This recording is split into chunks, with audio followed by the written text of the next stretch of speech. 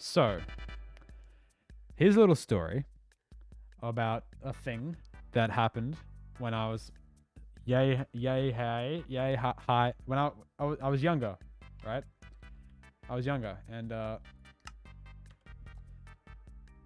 was younger when I was like young, something like that. I don't know. Anyway, point is, I was this is down at my uncle's farm, right? My uncle has a farm in New South Wales, a crop farm, and he grows crops, stuff like that.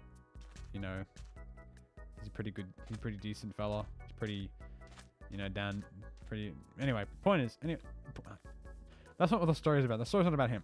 The story is about me and my half cousin, my cousin.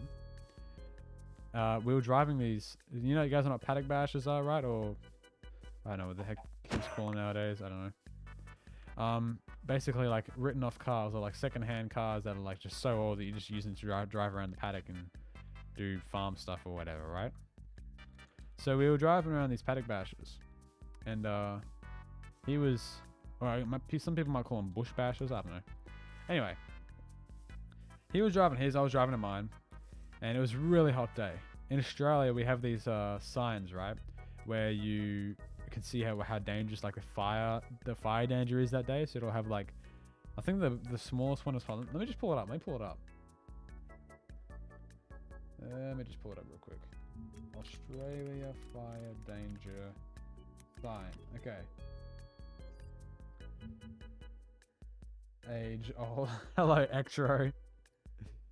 Okay. See this? Fire danger rating today, right? So the lowest one is low to moderate. Yo, Dan, hello, welcome to the stream, man. Okay, so the lowest fire danger is low to moderate. It usually most days it's around low to moderate to high. Usually around there. Then you got very high. Then you got severe. Then you have extreme. Then you have catastrophic. Now, on this day, the fire danger was catastrophic. Completely catastrophic. It was insane. And basically, we were driving around this hot summer's day. It was a little bit windy. The grass was dry. Everything was dry. It was all sort of stuff, right? And we were driving around, and he stops the car. I parked my car in some sand. We stopped for some reason. I can't remember why we stopped, but anyway, we stopped, right? And he parks in this long grass, and for some reason, I'm in his car, sitting in his car, chilling out with him. I don't know why. And I'm sitting in this car, and suddenly I see this smoke rising up around the vehicle. And then I see these flames rising up around the vehicle. Like I'm talking engulfed in flames, right? And I was freaking out. I was like, holy crap. I'm going to die. But I didn't, because I'm still here, obviously. Anyway, so I was running around. No, we ran out of the car. We jumped out of the car, and we ran off from it.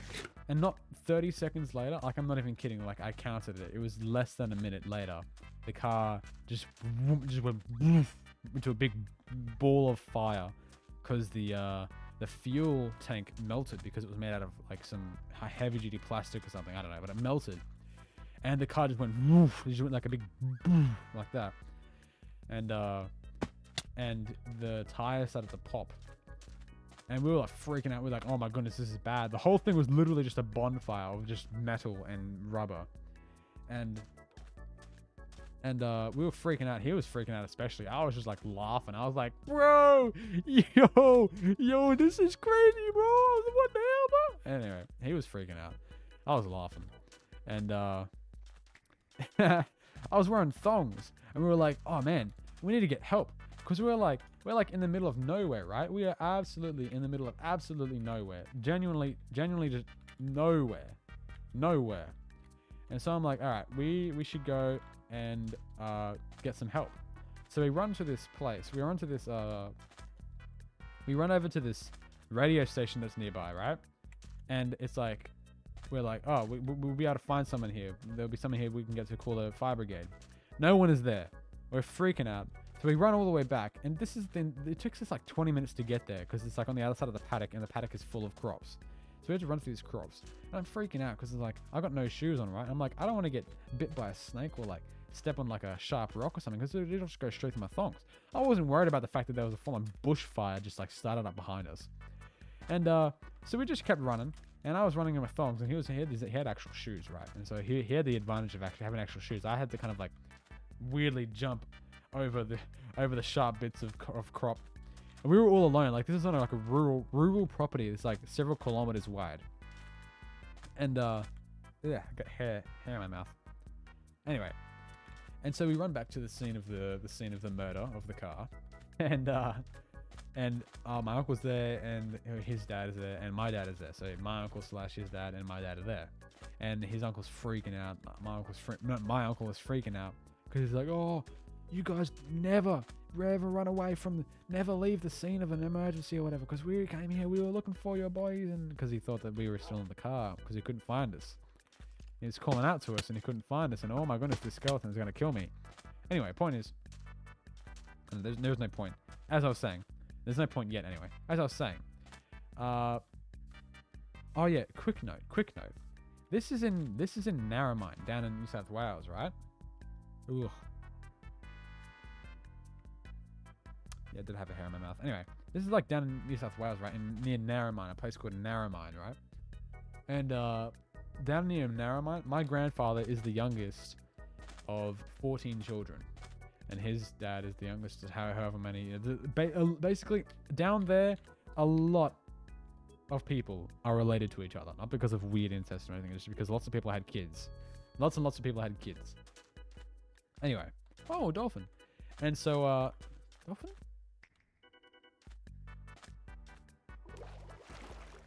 Give me your powers, dolphin. I want to swim fast. Let me swim fast. Am I swimming fast? Can't tell. No, I'm not. I think I am. Oh, I kind of am. Anyway, I'm getting sidetracked. So I was running. Did I pick it up? No, I didn't. Where did it go? There it is. So we was running back, and we came back, and they're like, "Oh, we gotta call the fire brigade, right?" And so we called the fire brigade, and it took them like an hour to get to the scene of the fire. And by the time they got here, this thing had like fully burned down like an entire 200, up to at least 200 meters of.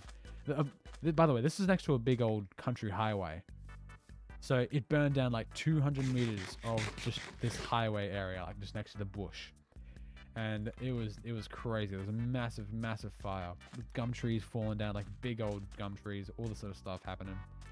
And the fire trucks came. They brought four fire trucks and a couple of smaller vehicles, right? A bunch of people came, bunch of fire brigade people came, and catch you later, Exo. I hope you're doing good, man. Don't worry, chat. I've been reading the comments. I've just been continuing with the story. I've been reading what you guys have been saying. Don't worry. Yeah, so the fire brigade came. There was like 4 fire trucks and a bunch of other fellas, and they came. They put the fire out. Took them a while to put it out, but they eventually put it out. And we were freaking out because we literally burned down with this vehicle that had been parked in the car 200, at least like a couple hundred meters of bush along the side of this highway. And I had been driving a different car, right? And I parked upwind of his car. But the fire was so strong, and the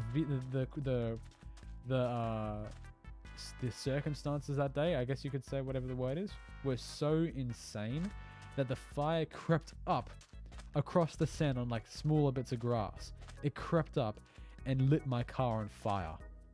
That's how hot it was. And it lit the car that I was driving on fire. So my car burned, his car burned, and then obviously the bushfire, all sort of stuff. And then we were scared because we were going to get in trouble because we damaged a bunch of government property, right? Well, technically he did, but I was still freaking out because I was like, oh, I'm probably going to get blamed for this as well. But yeah, I was freaking out. We was freaking out. We were like, oh, damn. And then we got let off the hook because the fire chief was our distant cousin. Because everyone in Narromine is related to each other. That's how I got away with burning down 200 meters of highway. Because the fire chief was related to me. And he let me off the hook. Probably shouldn't say this online. But it should be fine. It should be fine. Thought you burned the crops? No. Anyway, point is, chat. Point is, the lesson to be learned is you never, ever park in long grass when it's hot and dry and kind of windy. Never, ever do that. Otherwise, you have small brain. Very small brain. Okay, we need more food.